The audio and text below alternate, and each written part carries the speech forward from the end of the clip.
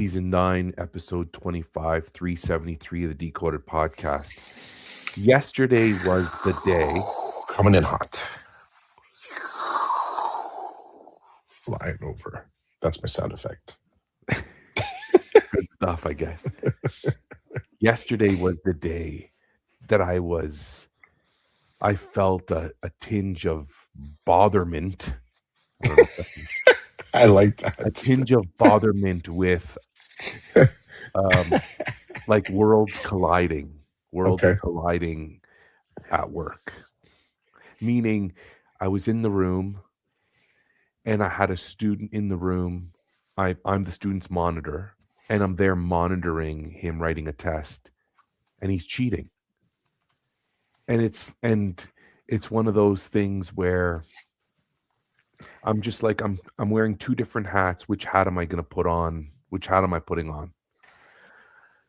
Am I putting on the hat of the monitor that understands this kid's way of operating and then dealing with that? Or am I the monitor in the room who's administering a test, trying to ensure that this is being done right and reasonably so that the kid can show what he knows? So you know what I did? I approached and I said, why do you have a phone out? And why do you have two phones? And why were you so it was yesterday.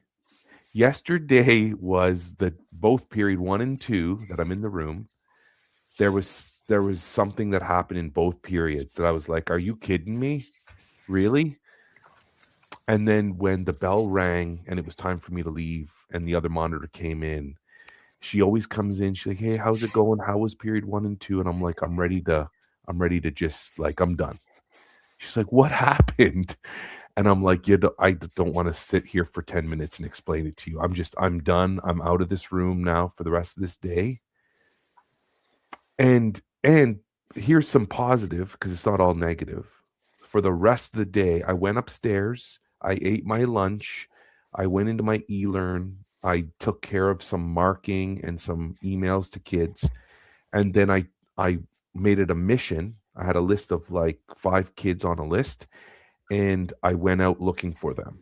I literally walked the school over and over again, up and down, to the point where one of the kids joked and said, yo, Mr. C, are you a hall monitor now? I'm like, nah, I'm not a hall monitor. I'm touring. I got places to be, people to see. And they're laughing. And then I'm like, why have I seen you 3 times this period? Like, where are you supposed to be? And then they kind of look at each other and, well, I'm like, dude, you've been in the bathroom for like the time in the bathroom spent today is more than the time that you're supposed to be in class. Like, this is supposed to be the other way around. Anyway, I found light by touring and checking in with different kids. That was awesome. That was awesome. And I'll end this with, when I got back to my office space, the chapel door was open. And I looked in the chapel because I'm like, why is the door open? Chaplain's not here. The door's usually closed and locked. I look over, and right in the corner, there was a student sitting, and it appeared reflecting, praying, whatever you want to call it. So I was like, okay. So I kind of stepped out. And then he came out. Turns out it's a kid that's on my caseload. And he's like, he wanted to check in with me. So we had a great conversation for the last 10 minutes a day or whatever. But yeah, bro, yesterday I was done. I was so done with the issues. I just felt like I just didn't understand. I looked at the universe. I looked up at the universe and I was like, I don't understand. Both periods? Really? Like, what? It was a true test of my character, I guess. How's Roland going to respond? And I think I did okay in both situations, but I was like, this is absolutely ridiculous. One situation felt like a student was in the room because they are being punished. And so guess who they're going to take all their anger and frustration out on? Me. Because I'm like, yo, you're here. This is what you're supposed to be working on. I'm not doing this work. Okay, put your phone away. I'm not putting my phone away. Well, if you really want to go down this road, put your seatbelt on because I'm going. I'm not going to be held hostage by a grade 9 student. There's, I don't, it was one of those things where it's like, be reasonable, Roland. Be reasonable, be responsible and polite, recognize what room you're in and the types of students that come to this room, right? It's different. And then just process. So I did, but it just felt like, I don't know, man. Maybe I was a little bit rolling poopy pants yesterday. I don't know. But I worked through that, and then I worked through who I'm gonna refer to as the cheater, who I know well, and I'm just looking at him like, "Are you for real? You got that much gumption? Really? There's like 4 of you in here. I'm watching all 4, and you're cheating right in front of me. What do you want me to do with that?" And he's kind of like, "Well, I just kind of want you to let me keep cheating." It doesn't work like that. So here's option 1, and here's option 2. Pick your option. What do you want to do with this? And to the universe's credit, this kid is a talk back kid. He will talk back to you until the cows come home. He just gave up the phone. He was it was too smooth. His it was too smooth after he got caught. You know what I'm saying? I'm like, what's next? What's next? As I'm looking at the clock, I'm looking at him. I'm reflecting on my life choices. Anyway, yesterday was the day, Chris, where I was like, I'm done. But a good rebound in the after period 2. Good rebound. And that's all I can say to you right now as we are live, season 9, episode 25, 373. And I'm not interested in getting fired today. Maybe another day. I like that. I like that. I like that as a t-shirt. I'm not interested in getting fired. Today, and today's in Today. 3 letters. Yeah, today's on the back of the shirt. Good morning to Gary and Rochelle. Thanks for joining us. Yeah. We had a great on-ramp. I thought it was great. Thanks for listening to me, Chris. You're very welcome. You're very welcome. I get the whole I get. I feel deeply about the kind of get out in the halls, get the movement, get the connections, go look at something different. There is an element of if you can sort of maintain some mobility in the day, I guess it's that balance of movement and I guess still kind of getting your paperwork done. Because I have had those days too where I'm chasing conversations, and sometimes those are also the days I'm like, damn, I should have got some logs done on the IEP stuff. So trying to find the balance, right? Yeah. Trying to find that balance. It's a good looking beard.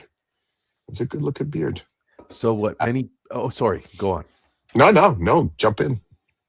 I was just going to say, it was one of those, I knew right away when I was going upstairs to eat my lunch. I'm like, I need to eat my lunch. I need to make sure my e-learning course is under control because that's scheduled in my day. So it's important for me to make sure that's under control. Thanks, Rochelle. I'm going to talk about this in a second. You and Gary probably have never heard about little role in psychology, but it's actually Chris who coined the term this morning, little role in psychology. And here's the poster, but there's a lot more to it. Make sure e-learn's under control. And e-learn's one of those things, like after I take a tour of the school, I can always just jump on the computer, check the email, check the course, and work through it, right? That's basically what I do when I'm not in 208. The computer's on. As kids come in to meet with me about whatever monitoring issue, I'm checking the e-learn. I'm taking care of the e-learn. I'm making sure it's under control. And so I was like,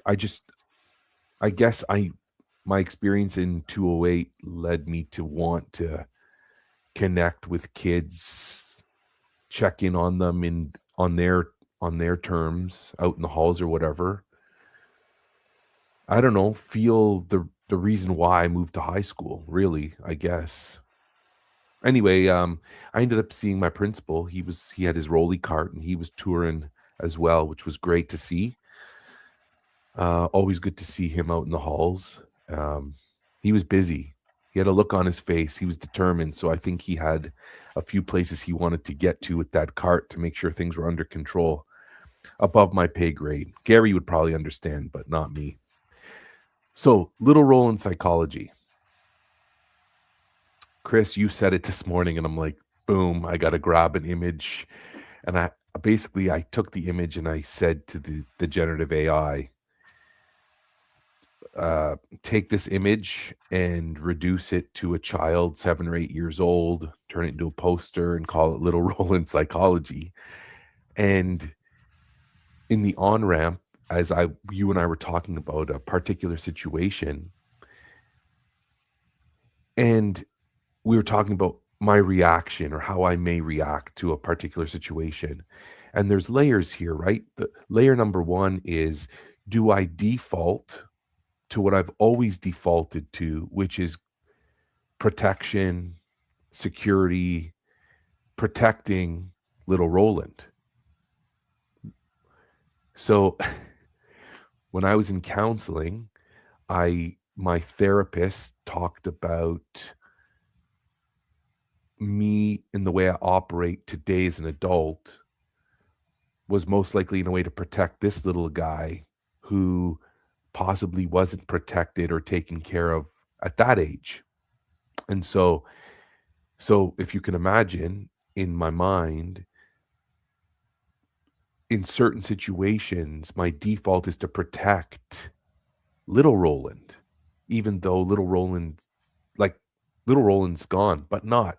He lives in here. He's always taken care of. There's that reminder of safety, security, abundance, like making sure things are good for this little guy who I guess didn't get what he needed when he was little. Holy cow, that's like years of therapy in like, I don't know, 30 seconds. But so this could be the default. The default could be, and this is strong. Little Roland energy is strong. That's why it's the default. And so as you and I are talking, I'm totally aware that in a situation I could go straight to little Roland psychology, which what does that look like to other people? It looks I appear aggressive. I appear close-minded, standoffish, you know, uh, very positioned, not open-minded at all, grounded in my position because I feel like I'm trying to protect this guy, which is awesome that I can go there because the second half-life Roland recognizes little Roland psychology and is like, okay, stop and take a breath. Take a breath. You're most likely safe and secure. The little guy's not in jeopardy. So what's the next move? How do you respond? How do you respond in a way that's rational yet emotional if it requires emotion? Like, I'm allowed to be mad. I'm allowed to be disappointed. How do I express that without harming a relationship, myself in the moment? How do I do that? So this is like, I don't know, it's just awesome. And I'm going to be thinking about it moving forward. And this little poster. Now, what I want to do, just like the artwork you created of the armor with the heart that's in my office, this is so office worthy because as I sit in my room and I work with kids or write emails or think about what's going on, me looking at this poster is a great cue for me to remember little Roland's still here. He's not going anywhere. How much power does little Roland have over second half of life Roland? And can the two work together to benefit me and the people I work with and the kids that I'm responsible for helping? How does that work?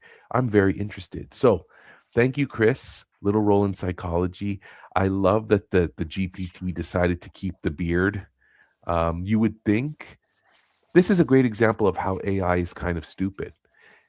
If you take someone with a beard and you ask the AI to make that person 7 or 8 years old, you would think that it would understand child development and biology and all that, that a 7-year-old isn't going to have a beard, but It didn't.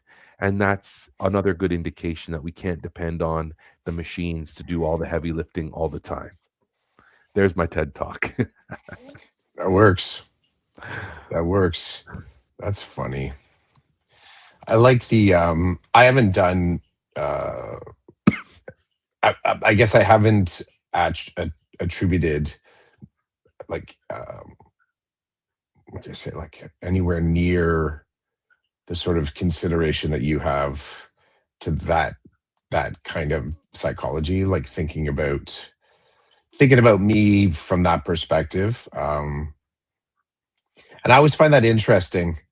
I always find that interesting, an interesting difference between you and I in the way that how we kind of lens current, like our current decisions and the way that we sort of look at our work is that I find I very rarely kind of go down that nostalgia route.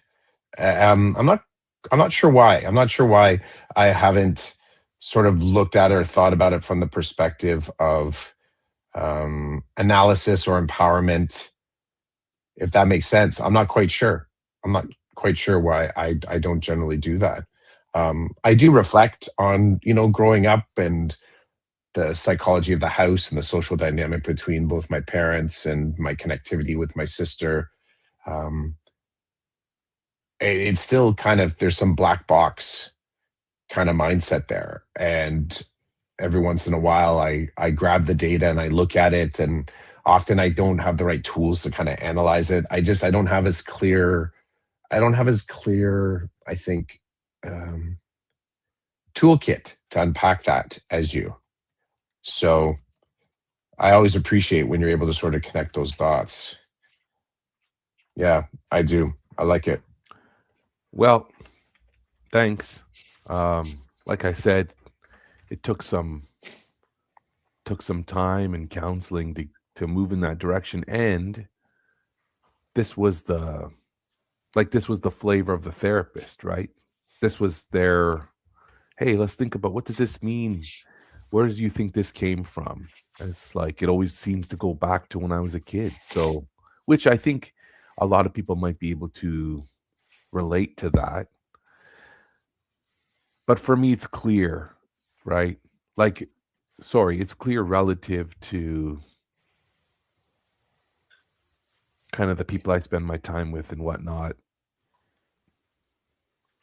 Somebody said to me recently, somebody said to me, I a lot of the, well, 99% of the shirts I wear are plaid. So it's kind of neat that I'm not wearing a plaid shirt today, but somebody made a comment, and they're like, wow, you have a lot of plaid shirts. And I'm like, thanks. And they were they were like waiting for more. And I'm like, kind of looking at them like, do you have a question? They're like, why do you wear plaid?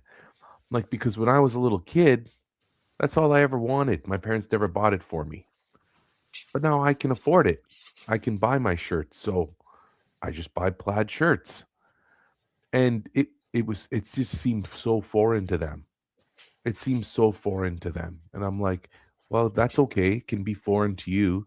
To me, it's like it's the biggest symbol that I've arrived in a place where I can take care of myself. I can buy as many plaid shirts as I want. Now, the thing about this shirt is my wife bought it for me. That's why it's not plaid. She was probably like, hey, this is a nice shirt. I think would look good on Roland. So here it is, and it's not plaid. Do you want me to add your image to the stage? Sure. Like, come on. It's like we're both mutants. Like, why do It we both is. have beards at 7 years old? And look at the I color. put Oh. 5-year-olds, so but it's still a little it is kind of fun. Yeah. And it looks so I think what's kind of awesome about it too is it doesn't actually look stuck on. It just looks like it looks like a little kid that somehow has been able to grow a beard, right? Like So it I that's think that you and I both come from one of these faraway European, these small countries where we're like the Guinness Book of World Record kids, where we're 5 or 6 and we have beards. You know, those Yeah. like circus folk type people. I guess Yeah. that's us. It's my Polish background, I guess. Yeah.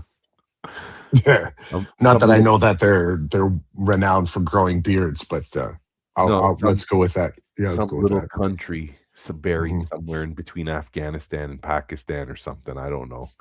I know, right? Klufistan. Clefistan, yeah, where all the kids have beards. It's somewhere cool, right? So, genetically a little bit more hairy from a younger age. Help protect you from the elements. So, Um, oh, go. no, you go. I don't know if my next thing is going to pull us away. So if you have another thing you I want was to, I was just gonna talk about living for Fridays, and I'm so yeah, do looking it. forward. That's all. Yep. I feel like semester 2, I've been living for Fridays, and, I'm really looking forward to being away from work for a week after this coming week. That's all. Yep. Yep. I get that. I get that. It's I don't feel it's funny. I don't feel that for me. But we were talking about it in class with some of the students. They have noticed that it seems like semester 2 already is moving faster. They have a different they have a they said it just feels different. Um and there's, lots of lots of reasons for anyone in particular that they feel like they're on that moving sidewalk, so to speak. From a technical perspective, which is where me and the Strats kids ended up, was this idea that any of the things that you need to adjust coming out of semester 1, you have the time to adjust them within the school year. You have semester 2 still, so you still have technically time to kind of fix stuff. I think some of my kids that I'm working with right now, they realize that semester 2, if you had stuff you needed to have fixed coming out of semester 1, you could still have stuff that you need to have fixed coming out of semester 2, and you have to get it all done in the next 3 months. So it's so much more compacted, right? And this conversation really gets lit up with some of the students that didn't pass the lit test. So we have the second chance coming up, I think, at the end of March for the students that weren't successful. And I'm working with some students that were not successful. And a couple of them said, okay, so if I'm not successful this time, then what? And the then what coming out of the second attempt is far different than the then what coming out of the first attempt. Coming out of the first attempt, it's very clear, well, you're going to write it again. And even if you don't like writing tests, there is something calming about writing a similar test again.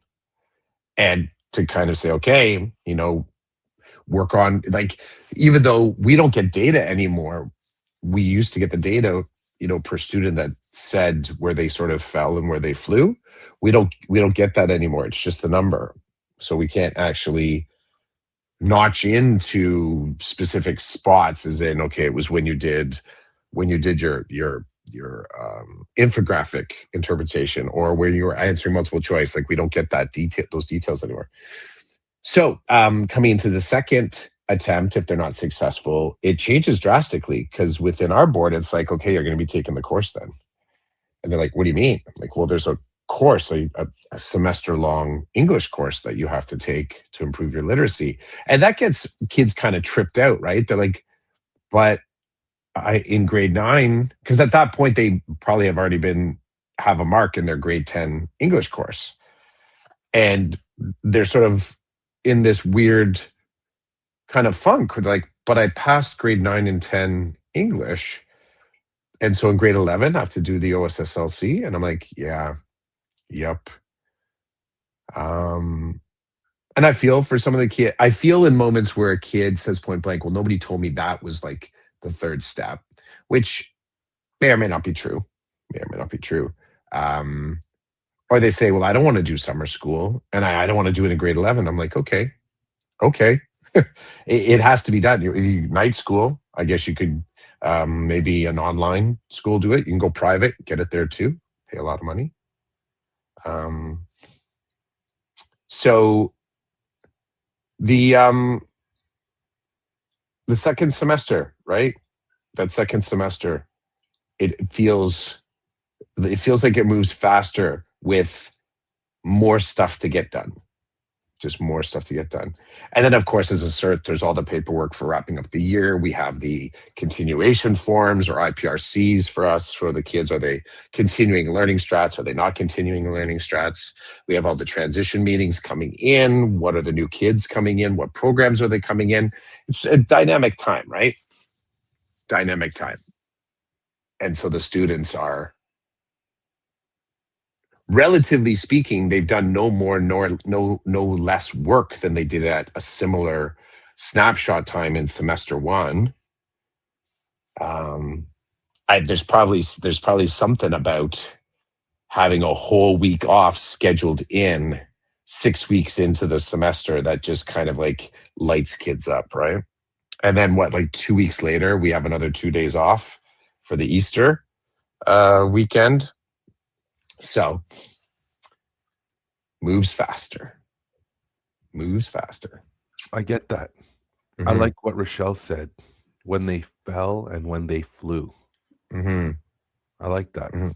Yeah, we used to get the data that would help us out, kind of shape some of our meetups afterwards.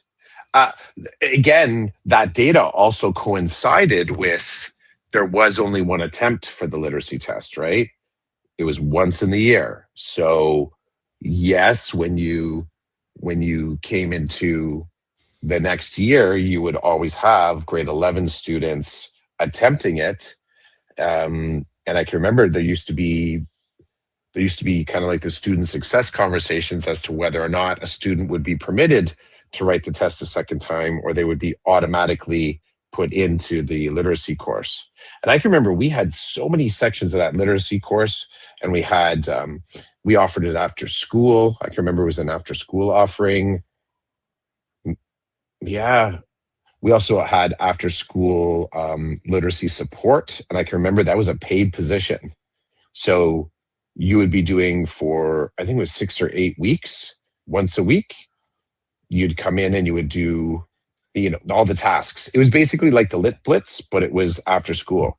And schools would get in contact with parents and say, do you want your kid to take this after school course? And there was a minimum enrollment, but you were paying con ed payment like you're doing summer school, and you're doing it after school, maybe once or twice a week after school. So talk about shifting sands, and also making it more and more and more and more just about the test, not about the learning. Because now it's just take the test, take the course. Like there isn't an actual, I think we in the past were far more engaged in pedagogical, philosophical, and developmental discussions around why kids weren't successful at it. And we had a lot of access points to kind of capture kids. It's all gone now. All of it's gone. We don't even have literacy teachers anymore. Those sections don't exist. At least for us, they don't exist. I don't know if you folks still have literacy teachers. So there's no one actually monitoring the data coming in. I'm imagining some of that is dumped into the student success team, or maybe into the guidance team. I know that the whole test in itself as a logistical project is entirely on admin's portfolio now. So, we'll, at some point, we're going to get the email from our principal responsible. Please make sure all the Chromebooks that you have allotted to your department are kind of in, like the extras are into the library on such and such day, so that we have enough technology for the kids to be able to write the literacy test. And yeah, there's now a principal that has to sort of do all that coordination. And the first round is massive. It's a massive thing to have that scheduled. The second round, in the same year, it's a fraction of the number of students that are writing that were not successful. So it's a little bit less challenging the second time around. But yeah, it's just a check mark now. That's all it is. I mean, it was a check mark before on the OSSD, but it really is a check mark. That's all it is now. Nothing more. So this is interesting to me because I'm new to this stuff. So I don't know the history. hmm What I Gary will remember all these layers for sure. and And Gary, because Gary was a school improvement head, mhm. was the one responsible. He'll correct me if I'm wrong. Gary was running the test. Gary had a major role in the test, just like at my school, our school improvement head, or she's also she's the head of student success at our school. She's the one that's responsible for setting everything up for administration, and she and the administration, I'm assuming, play with the numbers, analyze the results, and do all that fun stuff. So I'm guessing Gary used to do that stuff when he was in his headship, and he's probably still. I think Gary is one of the portfolios under his vice principal duties is student success or school improvement, whatever they call it. So he's still I wonder involved. if right. But that as a standalone, at least in our board, is a separate portfolio from the OSSLT. So it's not, even though there's some connective tissue, it's not the same umbrella because we have a specific department that is student success and not student success. And one of the things I've come to understand in your board, student success also means special education. No, yes and no. At So Gary, it's entirely no in our board. Student okay. success is a parallel supportive program so student success is non-IEP'd. Student services or special education is IEP'd.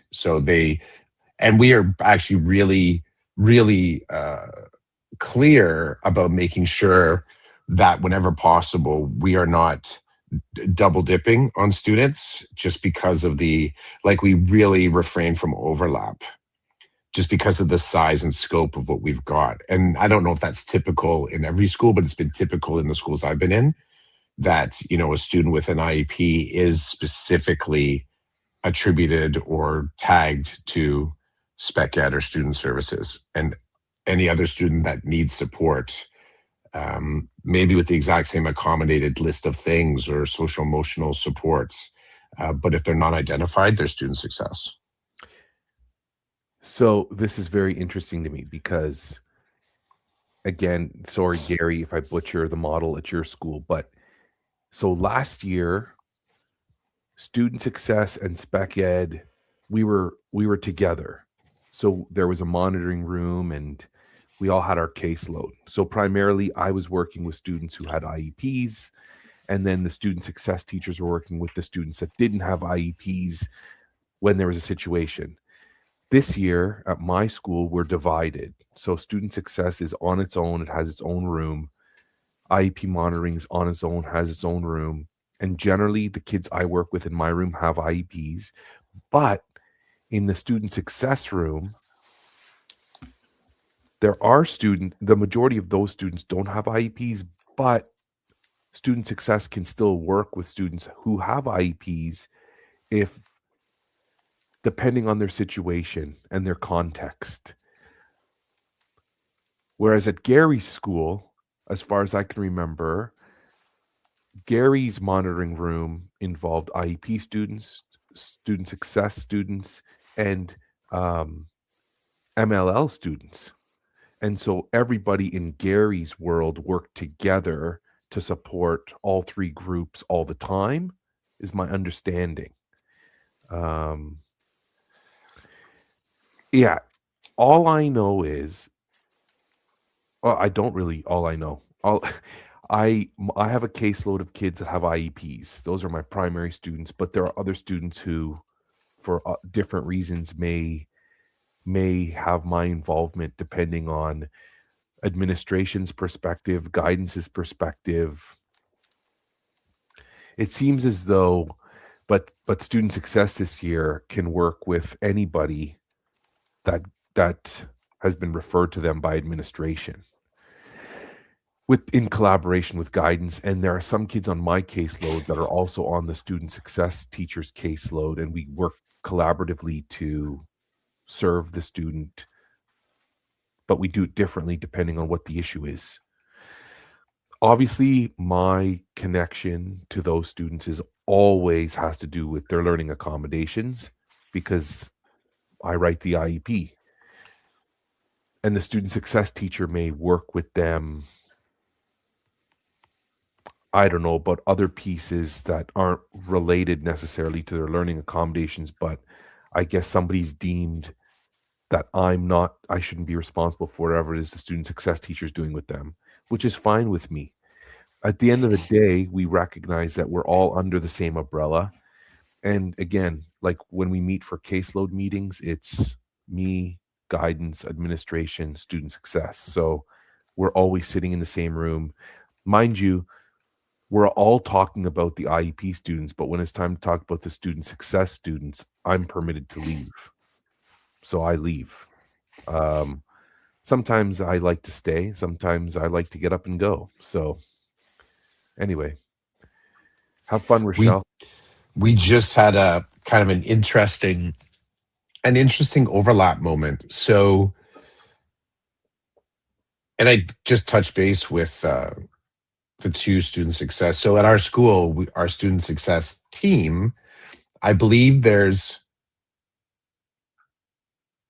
I'm going to guess that there are 10 sections for it. So we have one person that is doing it full time the whole year. And then the other person, they have 2 sections each semester. And then they're teaching a course, a regular in-class course. I think that's how it's set up right now. Because the second person is not, it just came out the other day, a student was talking about having them as a math teacher. So I believe that's how it's set up. And just earlier this week, the York board activated a form in our SSNet. And SSNet is just our student service. Actually, I don't know if it's student success or student services net. It's like our program that we put IEPs in and all the other kind of supportive documents in there. Transition learner profile stuff is in there. We also have the assist reports. So, plan of care for students that are have sort of considered suicide, like all these sort of critical documents. This is where they're kept. And if you have edit, you're the person that can kind of create them. And if you have view only, you're probably a classroom teacher. So they activated something, these SMP, and I think it's student management or student maintenance plan. I don't know what the but essentially what it is that it's a form that identifies where the area of concern is from semester 1. And it asks who's the caring adult associated with it. And it sort of just kind of dumped it into the laps of the student success teachers. Now, all of the information or the data that is aggregated there is already in the system. So very much so from a few people's perspectives and talking to them, it's already in motion. Like we're already there. So we're having some discussions around like, what's the purpose of this? Why are we dropping into another document that just parses out information in the exact same way? And there's some frustration there because all of the actual on-ramping can only be done by the student success teachers. But well over 75% of those documents are actually spec ed documents. Like these are kids that are being supported already by spec ed. So it's just a fascinating little, we'll call it a bump right now. Call it a bump right now because I don't understand yet. Nobody understands yet why we're being asked to do this form, which is fascinating to me. But all of them have been completed.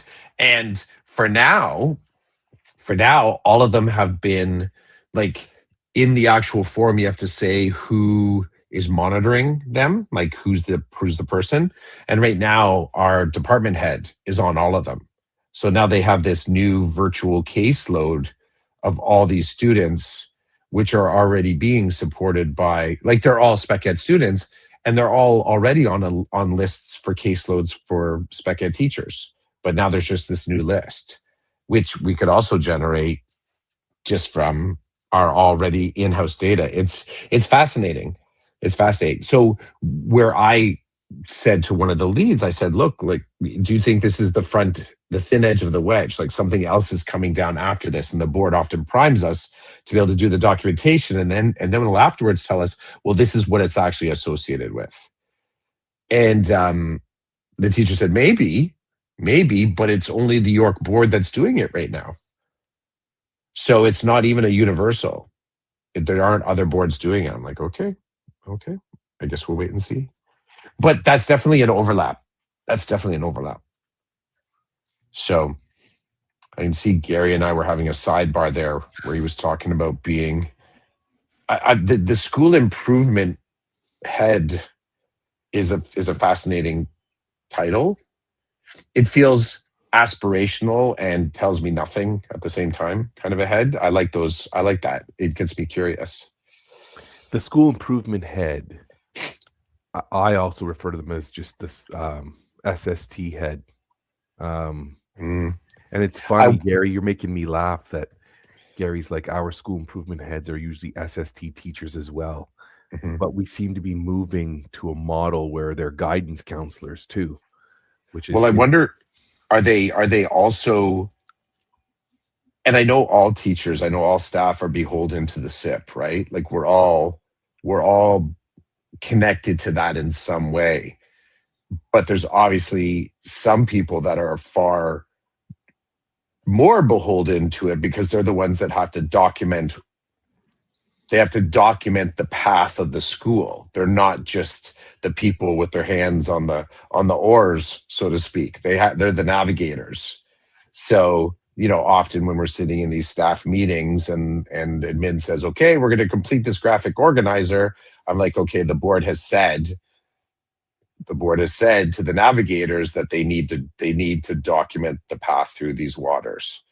And everybody else is like, let's go, boys, stroke, right? Like we're all just sort of like moving the boat. So I wonder if, school improvement heads are in direct line of data driving because they're ahead, right? They're in a POR. So admin, having these conversations like, okay, I need for you to go to the spec ed department and gather this data, and here's the document it has to go on. I don't know about that. What I do know is that last year, because I was part of, I belonged to spec ed and student success. The student success head, she would be the one to put up the chart and like, okay, we need to not gather data, but let's deal with the data. What do we do with this chart? Where do we put what? And then Right. whenever we talk spec ed, it was never that, right? It was always, hey, in spec ed, this is what's going on. It was not the same. It was less number crunching in spec ed than it was with the student success. I don't know if I know what appeared at my school. The way it looks to me is that admin has the senior admin gives all schools the SIP chart, and then they're told, okay, give this to your different departments and have them report on how they're doing this, and this, right? And then we would populate that and send it back to admin, who would do whatever they do with it and then send it to senior admin.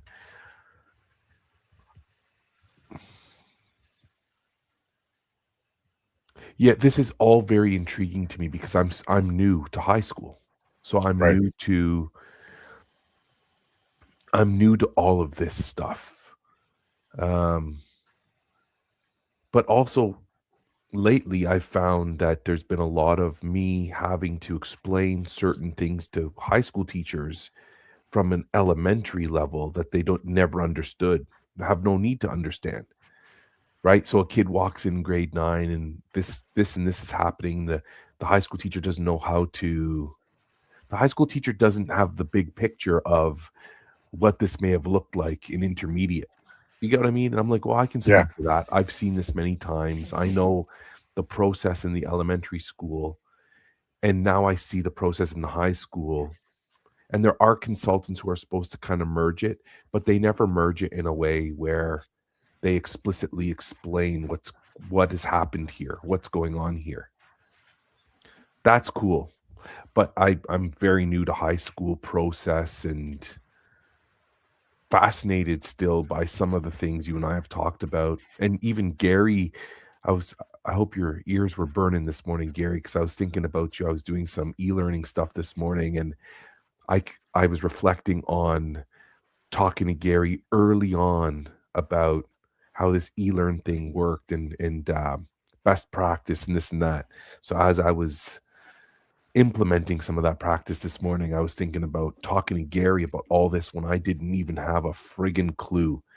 And now I feel grounded, after a year and a half of doing these courses. I'm like, okay, I know what work, I know how I do these things, and I know what the board needs from me. And so then you merge the two, like everybody does. You figure out your style, how you do things, and you make sure you're meeting the requirements and the expectations as a teacher in the system, and you go from there. Oh, and this was a good one too. I don't know how deep we can get into this, but I was talking to a staff member. They made a comment about e-learn courses and how, in their opinion, those courses are always given to teachers that have some kind of problem. And I was like, I kind of did one of these faces, and I'm like, problem? And they're like, yeah, like, you got yourself into trouble or whatever, and they don't know what to do with you, so they give you an e-learn. And I'm doing one of these. I'm like, I'm not in trouble. I haven't done anything, I don't think, that I'm like, I like these courses. Yeah, it was funny because that there's a perception with some people that e-learn courses are given to teachers who are lesser than. And my response was, yo, I'm not lesser than. I actually like these courses and I think I'm doing them right. And I'm always kind of learning how to get better. Maybe you and I should talk about e-learn before you decide that they're only given to teachers who have a problem. In your school board, do you have teachers like me who are in the building but also have an e-learn course that they run? Because I've never heard you talk about that before. I actually don't. I think it can happen. It can happen. So your e-learn though is board wide, right? Or is it just for your school? No, it's not for my school. It's not only board wide, it's province wide. Okay, I think we have the same thing. I don't know if there's anybody on staff right now that's doing it, but it is similar. Like if you Kids. wanted an e-learn next year, would you just tell your principal, hey, I'd like to teach an e-learn next year and see if I can get one? So are your e-learns run out of your school, or are you beholden to Con Ed? Because our board, you're beholden to Con Ed. You're not. You may be doing the e-learn, but your principal is not the principal in your school. Okay, so I don't have an e-learn principal. We have an e-learn consultant that I will refer to if I have a question or a problem. But So I'm then still, so your principal is the one at your school then. yeah, my principal is responsible for me and that course, I guess, or just for me. Like I work at that school. This is the course Right. I'm teaching. Yeah. So you're still, so part of the challenge there is the way staffing is perceived, right? So obviously your school is given staffing to accommodate that. I don't know if that's the same thing for us. I really don't know. I haven't looked into it. I don't even know if there's any teach. I do know that I have had colleagues in the past that have taught e-learning. I do know that at some point in the staffing cycle, usually around sometime soon, there'll be an email asking whether or not a teacher wants to teach one of the online courses. And I believe what ends up happening is, yeah, you can work out of any school building. I think you actually have to be in a school building now. The rules used to be like you had people kind of doing it from home, but I now believe it is 100% you have to be doing it like on the school Wi-Fi. So they've tightened up that up. But I think the staffing, I don't know if it's a compliment, as in it's a top up to your school, or if you're entirely a part of our continuing ed department, which is that's where you have your principal there, separate principal. I see Gary put into the Yeah, I the don't chat, out of schools. What's the context for that? I don't know. Gary, tell us more. Okay. Um, So the one thing I do want to say, and I think in many ways, there's a parallel between that perception that you were talking about eLearn, and a little bit about like what learning strategies courses are. Um, and what I mean by that is that there's bad and good information out there about what it means to be doing that type of work.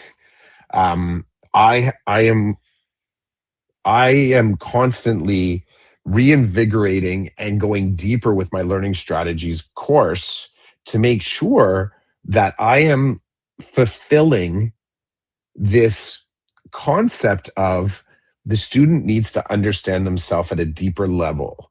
So developing curriculum that allows them to kind of survey their skills, work through some of their challenges, optimize their student side. And in doing so, I've had kids say, like, this is kind of messed up. I thought learning strats was supposed to be easy. And I said, well, if it was going to be easy, then then if it feels easy to you, then you probably shouldn't be taking the strats course, like as I've designed it.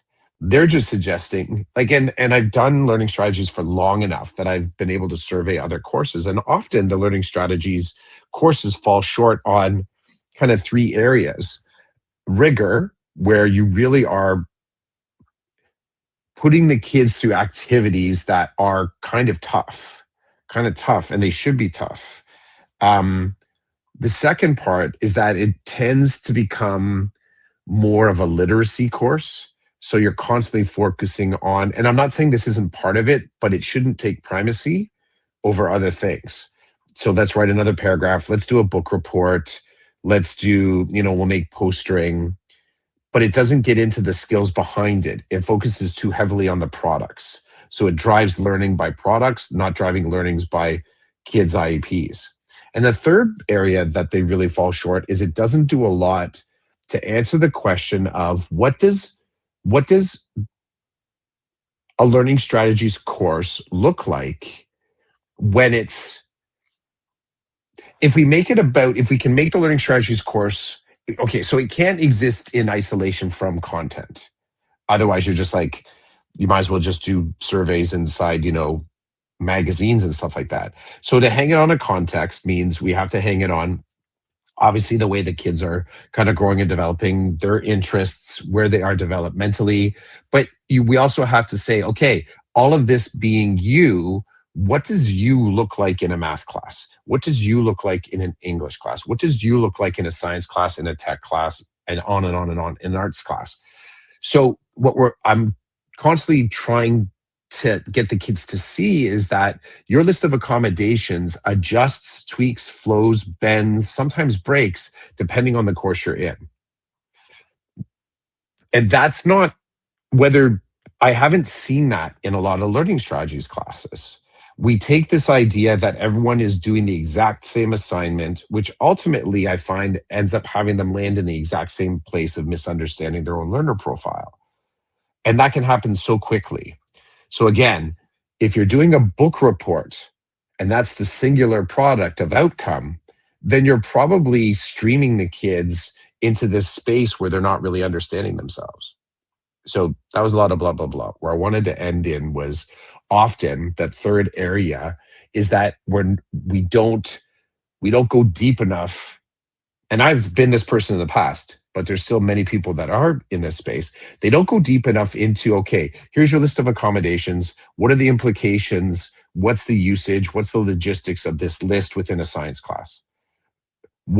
Exact same thing within your art class. Within your 8 courses that you're taking this year, how do you have to make sure, what are you going to do to make sure that your accommodations are vibrant, agile, and responsive?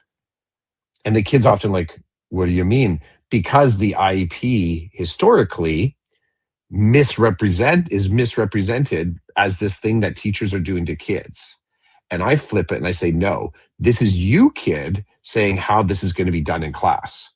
So you take the accommodation and you say, this accommodation looks like this in science class. This accommodation looks like this in art class. And I get a lot of pushback because it's not easy to do, but it's exactly where I need the kids to be. And I think it benefits them. So there is this idea, and I think it's because it's a marketing thing. I think it's a lens thing as far as looking at what student success does. I think it's also a loose lips thing, as in leaders in the school have actually said those words, Chids. Well, I have nowhere else to put this guy.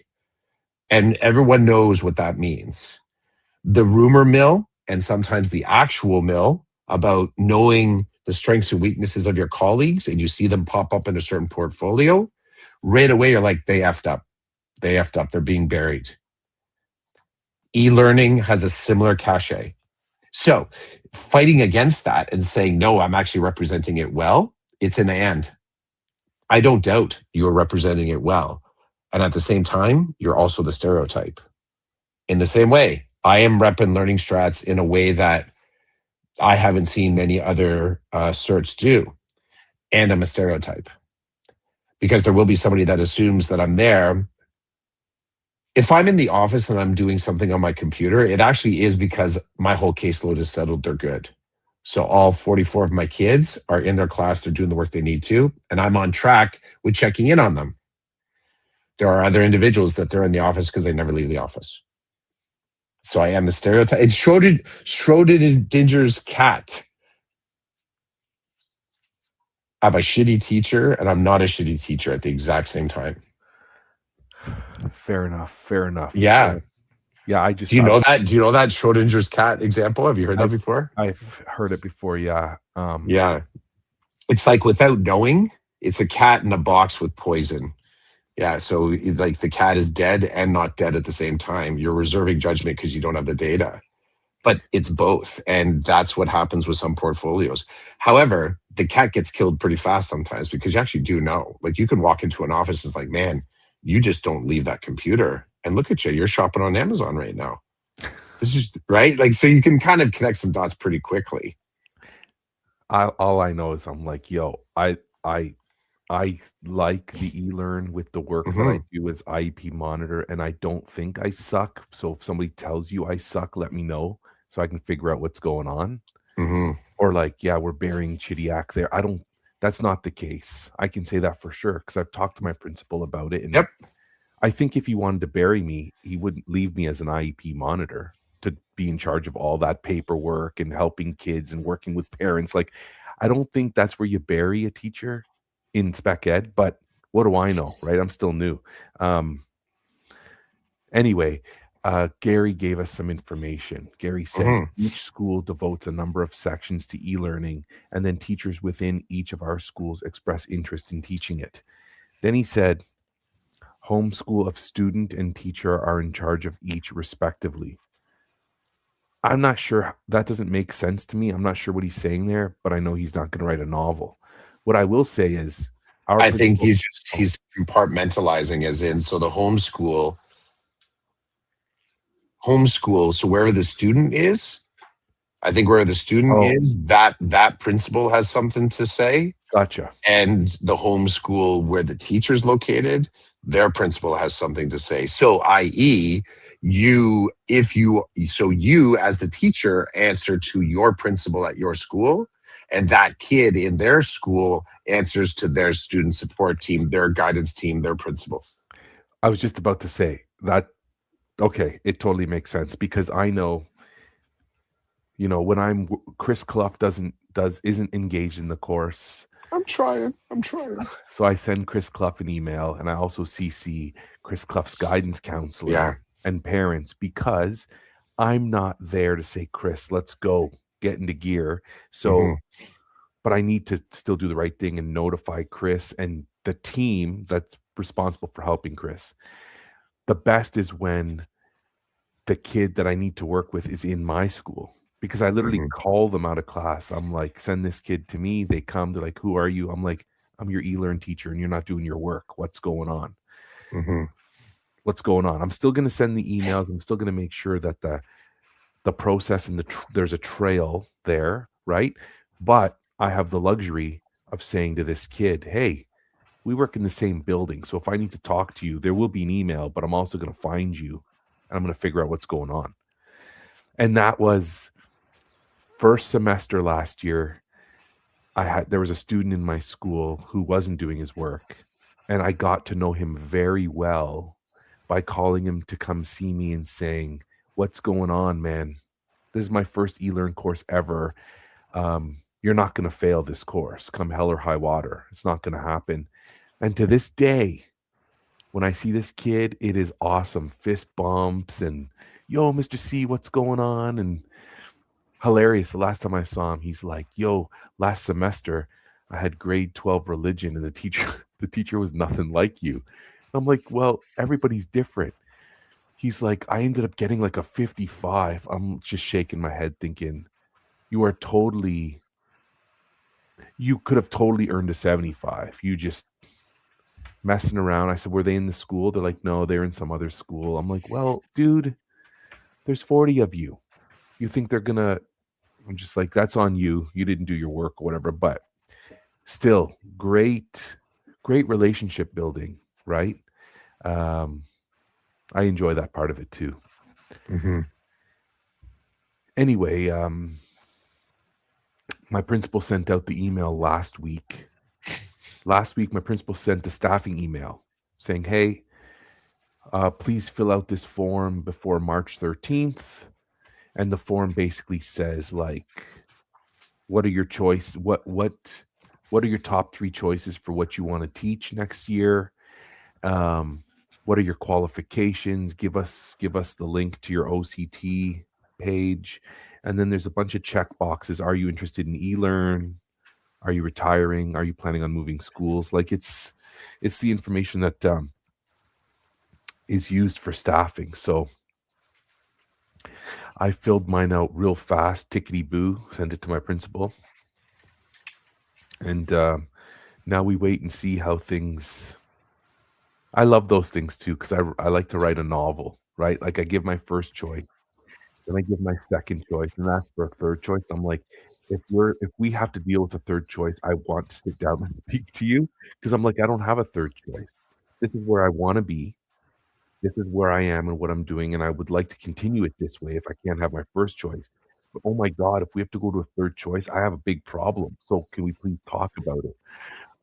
Makes me laugh every time. I know in elementary school, when I would do that, I would put, like, my top choice and my second choice and my third choice, and it says, "Do you have any comments?" And I'd be like, "If none of these things work, we need to chat, please, because I don't wanna be surprised with you're teaching grade 7 because all 3 of your choices didn't work." I'm like, "Whoa, can we have a conversation before you Yeah. into grade 7 so I can, like, see what's available? What are my options? Am I gonna have to transfer? Like, can we talk about this?" So anyway, it made me laugh because as soon as he emailed it, I stopped everything I was doing and filled it out because I'm like excited, right, for next year. Yeah. So anyway,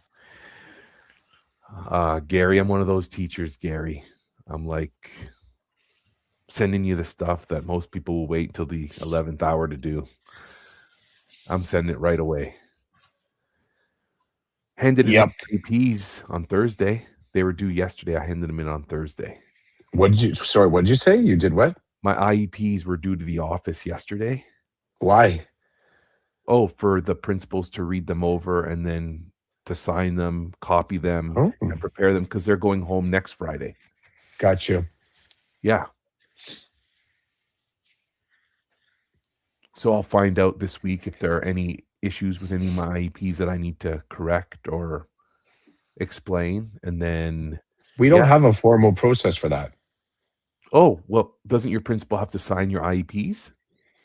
We don't have a formal process for sending home the second copy. Oh, right. You guys don't do that. We do that.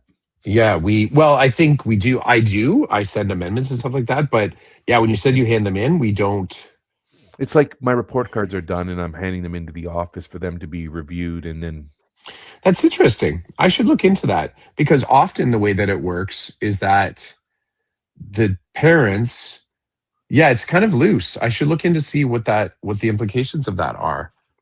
Because the way that I work is that, and I know there's a should, there's a should within our language that they should be sent home by X amount of time, but we don't have a team process where we have to have edited IEPs back to admin again to re-sign. We make adjustments along the way and we make a note of it in the consultation log. Um, that is interesting about admin signing off on it again. I should look yeah. into that to see what that looks like. So we do the whole process we do at the start of the year, we do again at the start of second semester. So Mhm. parents are consulted or they're provided an opportunity to be part of Yeah, exactly. they're provided the opportunity to report certain information to us. And then at my school, we meet with our grade 9s and 10s again. So at the very Mhm. least, we've met with those students at least twice. My senior students, I send them an email and I say, yo, you know where to find me. And if you don't, here's where you can find me. If you want to talk about your IEP, your learning accommodations, Mhm. whatever, reach out to Mhm. me.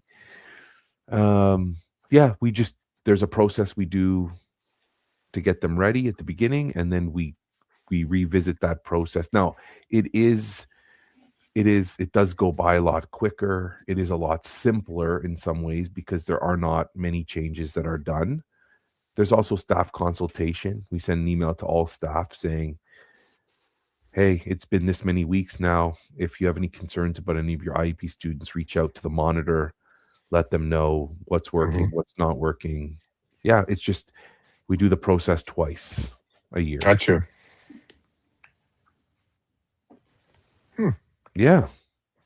So, I should ask about that. I think I had it on my list of conversations to have, but I haven't followed up. So second semester, what happens? Like, if a parent calls you and says, "What?" Like, so I guess everybody gets a copy of the IEP at the start of the school year, mhm. and then your monitors will just deal with Mhm. changes to the IEP as the year rolls on, and you never Mhm. have to send a second copy home. No, people do, and I have, But when you but we say don't. people do, like, who's it up to? It's up to your I discretion. don't. Yeah, Okay. that's what I'm saying. Like I've never been in that discussion as the team that says, okay, everybody, make sure you're getting your semester two IEPs home. Okay. Now I'm still listening and watching from the outside, right? Because I'm my first year coming out of community classrooms. And the way that that stuff rolls is the checkpoints are seem to be far tighter as far as working with the families and the parents and system people. So um, I should look into that. Because, yeah, so far I've made the adjustments. I've made adjustments and I've made the notation and, have the documentation from the actual families saying, um, like whether it was via email or a discussion or whatever. But yeah, we don't have a team formal process where we say, okay, all of our second semester IPs, are they ready to go? Interesting. I'll look into Yeah. it. I'd love to hear what you It's guys a do. super simple step. I mean, I would print them out and just put them on my principal's desk. I wonder what look they would give me. And I would just say, here are my semester two. Here's my fat stack of semester two IPs. Can you sign off on them? I think they might say again.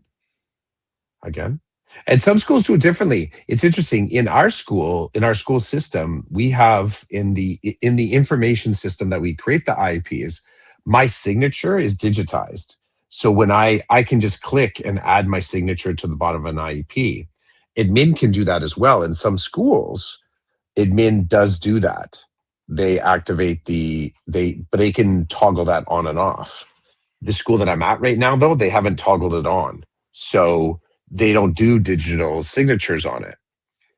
In the past, because of that, you could always generate another IEP that by default has because it's just amendments. It's not a brand new doc. So the signatures are persistent.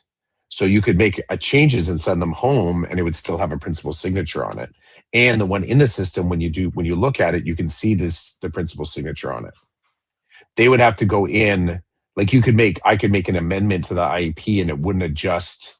There'd be no date on there that showed. There'd be notation other spot that there was an amendment and edit, but it wouldn't actually be on the original document. So it would still be the original signature line. It doesn't create a second draft of it, so to speak. So yeah, different systems operate differently. That's interesting. Oh boy. Well, anyway, I walked in proud as a peacock with my fat stack. Yep. And Here you go. I come around one of the corners of the desks, and the head admin assistant is the lead admin assistant's like, "Hey, are those for me?" I'm like, "Yes, they are. My IEPs." All proud because for me that's like it's my Super Bowl, right? It's my job that's my paperwork, right? So it was funny too because the stack was like this, and I'm like, "Here's my stack. I've divided them by grades, and I've got little like sticky notes to say grade 9, grade 10, grade 11, grade 12." And I'm like, and then at the top there's my master list. Here's my master list of my caseload, and it's just funny, right? Because they don't have a big smile on their face, but I'm all excited. No. I'm like, here you go. Here you go. Here you go, friend. They get divvied up for my two administrators, and then they'll read them, and if they're okay, then they pass them on to the big boss who signs them, and then if they're not okay, they'll let me know next week, "Hey, can you take a look at this, and this?" Okay, what needs to be done to those, and then reprint them, bring them back down, and then at the end of the day, the boss signs them. One of the ladies in the office photocopies them, and original goes to the OSR room for somebody else to file. Right. And somebody in the office takes the copies and puts them in envelopes, and then they're distributed to where they need to go. Gotcha. All right. Something else. Mm-hmm. Well, dude, what do you say? Time for breakfast. Time for breakfast. Okay. Something. I can hear people walking around upstairs, so it's quiet here still, which is nice. It is nice. It's nice. Well, thanks for a great episode. You're welcome, dude. Gary and Rochelle, thanks for hanging out with us live. It's always good. Mm-hmm. Gary's flexing his student improvement head, understanding and knowledge combined now with his administrative learning. It's good to have we have like a resident principal who's always listening. Yeah. And we have Rochelle as well to help us remember the elementary panel in case I slip up. She's there. Exactly. Right? Exactly. You're not too far gone yet. You're not too far gone yet. Okay. This was season 9, episode 25, number 373 of the Decode Podcast. Catch you later, buddy. Peace, man. Have a great day. You too.